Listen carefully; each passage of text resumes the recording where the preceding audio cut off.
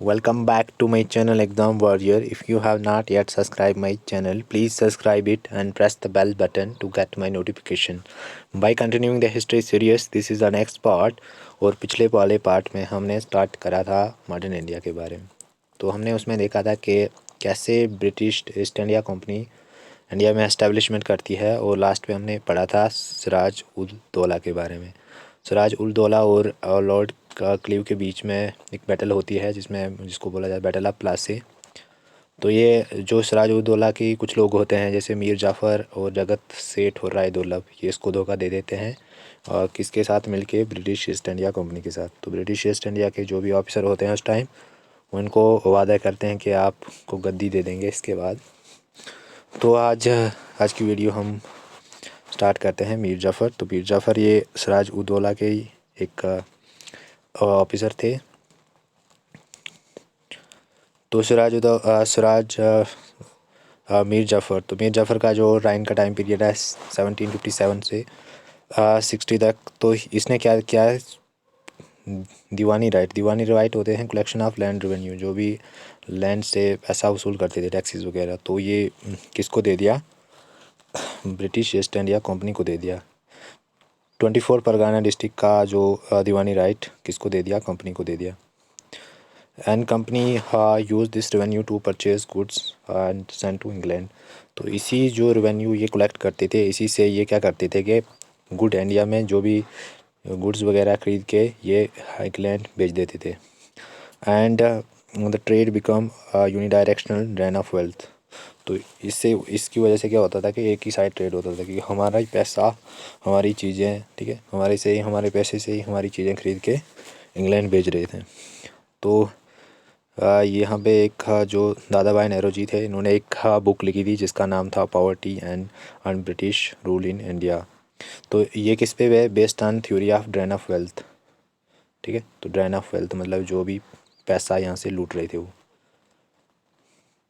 तो क्या होता है कि 1759 में बैटल ऑफ बिदारा होती है।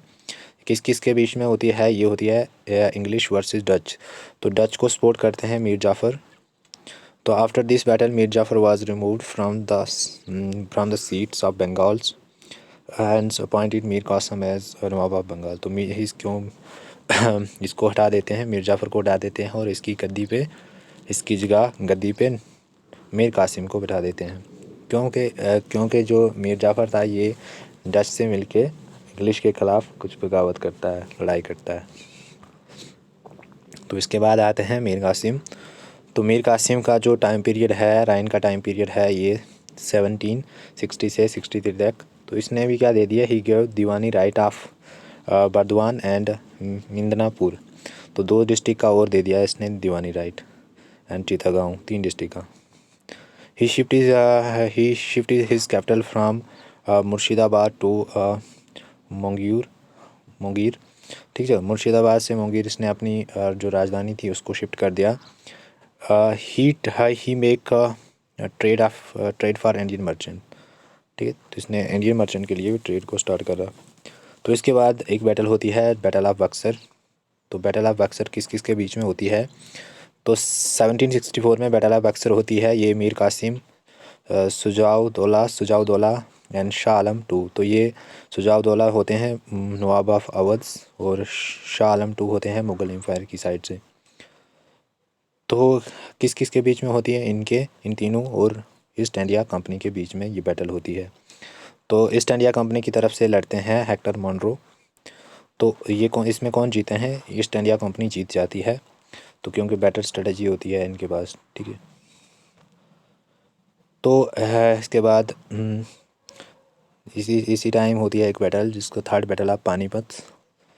तो फर्स्ट बैटल ऑफ पानीपत कब होती है, 1526 में, और ये होती है थर्ड बैटल ऑफ पानीपत 1761 में। किस किस के बीच में होती है, मराठास और अहमद शाह अब्दाली। तो अहमद शाह अब्दाली कौन होते हैं, अफ़गानी होते हैं। तो इसमें कौन जीत जाते हैं, अहमद शाह अब्दाली जीत जाते हैं। तो इसके बाद होती है 1765 में ट्रीटी ऑफ इलाहाबाद। तो किस किस के बीच में होती है, sign between East India Company और शाह आलम टू। तो शाह आलम टू किसकी साइड से होते हैं, ये मुग़ल की साइड से होते हैं। तो Alam two given diwani right of Bengal plus Bihar plus Orissa. तो अब ईस्ट इंडिया कंपनी के पास तीन स्टेट के आगे बंगाल, बिहार और उड़ीसा के दीवानी राइट। तो Shuja-ud-Daula साइनिड subordinate treaty has to पे आर्मी एक्सपेंडिचर। तो क्योंकि ये जो सुजाउदौला, शाह आलम टू, ठीक है, ये ठीक है, तो इन्होंने जो लड़ाई लड़ी थी, बक्सर की लड़ाई लड़ी थी, तो इसकी वजह से कुछ आर्मी का नुकसान हुआ था, जो भी एक्सपेंडिचर आया था, तो अब इससे ये वसूल करना स्टार्ट कर दिया। 1765 to 66 नजमुद्दौला नवाब बंगाल प्लस बिहार बड़ा उससे बनाया। तो Clive introduced and regulated the dual government system. Clive ने क्या इंट्रोड्यूस करा? ड्यूअल गवर्नमेंट सिस्टम को इंट्रोड्यूस करा। Company acquire both diwani and nizamat function. दोनों एडमिनिस्ट्रेशन, निज़ामत मतलब एडमिनिस्ट्रेशन भी खुद ही कंपनी चलाने स्टार्ट करती है, और दीवानी जो भी रेवेन्यू वगैरह कलेक्ट करते हैं वो सारे राइट किसने ले लिए? ईस्ट इंडिया कंपनी ने ले लिए। तो किससे ले लिए? यही जो रूलर था नजमुद्दौला, ठीक है। Diwani function revenue collection and nizamat function होता था एडमिनिस्ट्रेटिव फंक्शंस, ठीक है।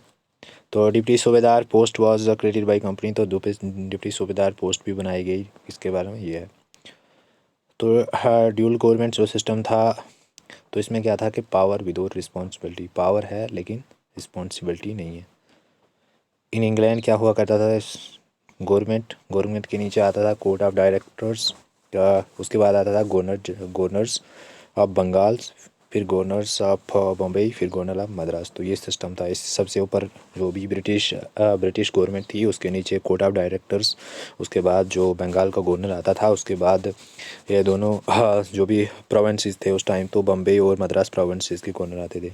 तो बाद में इसको क्या कहा, इन्होंने चेंज करके यहाँ पे यही कोर्ट ऑफ डायरेक्टर्स ये रखा, लेकिन जो ये बंगाल का गवर्नर था, इसको बना दिया गवर्नर जनरल ऑफ बंगाल।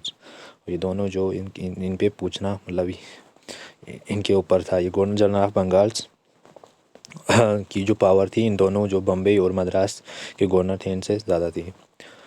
उसके बाद होता है 1772 Warren Hastings and the dual government system. तो ड्यूल गवर्नमेंट सिस्टम इसने ख़त्म करा। तो इसके बाद स्टार्ट हम पढ़ेंगे गवर्नर जनरल, ठीक है। गवर्नर जनरल, तो सबसे पहले जो गवर्नर जनरल होते हैं वो होते हैं वारन हस्टिंग। तो ये होते हैं 1772 से 85 तक, ठीक है।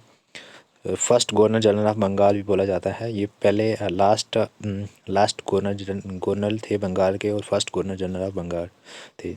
तो 1773 में आता है रेगुलेटिंग एक्ट आता है। तो इसमें क्या होता है? To regulate company function in India first in British parliament for India. तो ये कहाँ पे पास बनाया जाता है एक्ट? ब्रिटिश पार्लियामेंट में बनाया जाता है। किसके लिए बनाया जाता है? कि जो भी कंपनी था, कंपनी का कैसे फंक्शन करवाना है इंडिया में। तो इसके बाद एक ट्रीटी होती है, ट्रीटी ऑफ बनारस कब होती है? 1773 में। तो किस किस के बीच में होती है? वारन हस्टिंग, स्पोर्टीज, सुजाउदौला अगेंस्ट रॉयलाज। तो रॉयलाज थे Afghan settle in north India में, जो भी अफगान सेटल थे। तो ईस्ट इंडिया कंपनी ने इसको हेल्प करा। जो सुजाउदौला कौन था? नवाब बंगाल। तो उसके बाद ट्रीटी ऑफ फैज़ाबाद होती है 1775 में with Begum of Awadh security against property. तो इसके बाद इसी टाइम होता है एस्टेब्लिश सुप्रीम कोर्ट इन कोलकाता। 1781 में होता है फाउंडेड कोलकाता मदरसा। तो मदरसा क्या था? For having person well versed in Persian law for adjudications of disputes and governance, ठीक है। कोलकाता मदरसा की स्थापना कब हुई? 1781 में। 1784 में आता है Pitt's India acts gave more control to the British crowns over company. तो इससे क्या होता है कि जो भी ब्रिटिश क्राउन होता है, उसको एक पावर मिल जाती है कंपनी को कंट्रोल करने के लिए, कंपनी को कंट्रोल करना। तो ये कुछ सिस्टम था कि कैसे जो भी ब्रिटिश कैसे कंट्रोल करते थे कंपनी को। तो गवर्नमेंट के नीचे आता था बोर्ड ऑफ कंट्रोल। तो बोर्ड ऑफ कंट्रोल बनाया, फिर कोर्ट ऑफ डायरेक्टर आते थे। तो board of control was establish to guides and controls court of director. तो बोर्ड ऑफ कंट्रोल्स, ये इनको डायरेक्ट करते थे, कंट्रोल करते थे। 1784 में होती है Asiatic Society of Bengal Asiatic Society of Bengal की स्थापना होती है किसके द्वारा? विलियम जोन्स के द्वारा। कहाँ पे? कोलकाता में।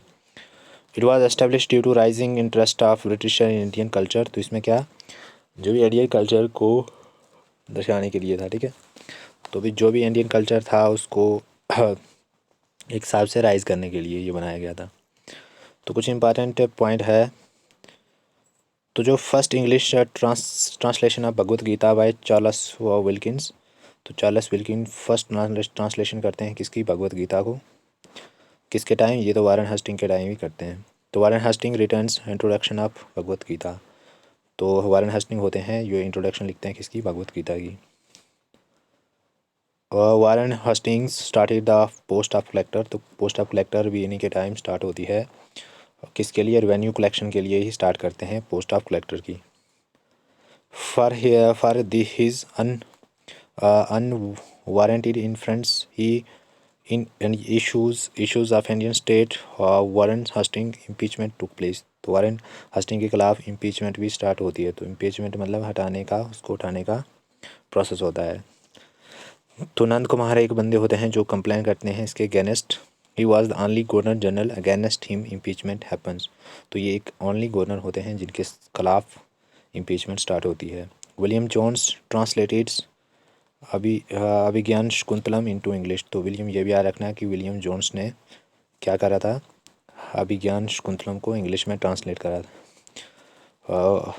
आज के लिए इतना ही। अगर वीडियो अच्छी लगे तो लाइक कीजिए, शेयर कीजिए और मेरे चैनल को सब्सक्राइब कीजिए। मिलते हैं नेक्स्ट वाली वीडियो में।